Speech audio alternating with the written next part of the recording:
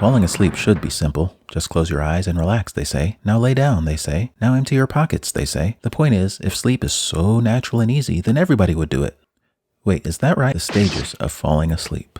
Stage 1, the bedtime routine. You've had a long day doing as little work as possible and you're dead tired. After dinner, you clean up, or not, get into your Ninja Turtles jammies, and watch 3 hours of garbage. Now that your eyes are burning, your real bedtime routine begins. You do everything by the book. Brush your teeth, wash your face, try to potty one more time just to be sure, and scroll through your phone even though you know it's bad for you. You set a few alarms because you don't trust your future self and finally climb into bed, ready to sleep like a baby.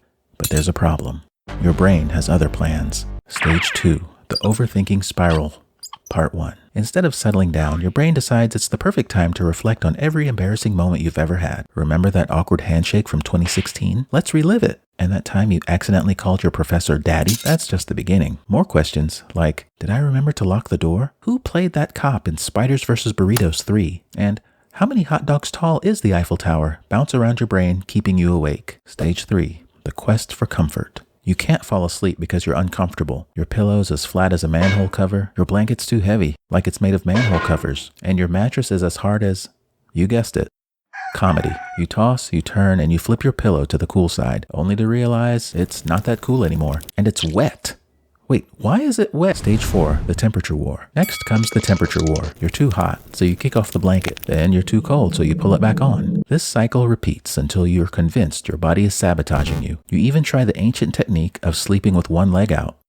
But let's be honest, that just invites the spiders under the bed. Stage 5, the sudden thirst. Just when you think you're finally getting comfortable, your body reminds you of something important. You're parched. You get up for water, promising yourself this is the last interruption. But now you're wide awake, thinking of the perfect comeback to that teacher who made fun of your shoes in the 9th grade.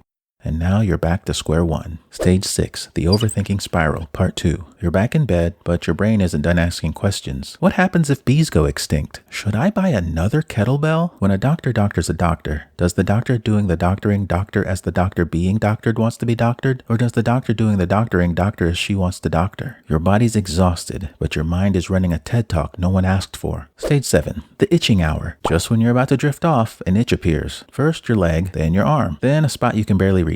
Suddenly, your whole body feels tingly. You fear you might be having a stroke, but you try to sleep it off. Or maybe it's just spiders. Stage 8, night math on Elm Street. You make the fatal mistake of checking the time, and it's already 5:37 a.m. Now you're calculating how many hours of sleep you'll get if you fall asleep right now. Stage 9. Almost there. At some point, your thoughts stop making sense. One minute, you're planning your grocery list while subscribing to this channel, and the next, you're riding a unicycle through a glorious field of marshmallows. This stage is weird, but at least it's progress. Stage 10, victory. And then, out of nowhere, like a dictatorship you didn't know you voted for, sleep finally takes over. You don't remember how or when it happened, but suddenly it's morning and your alarms are screaming at you like the house is on fire. Congratulations.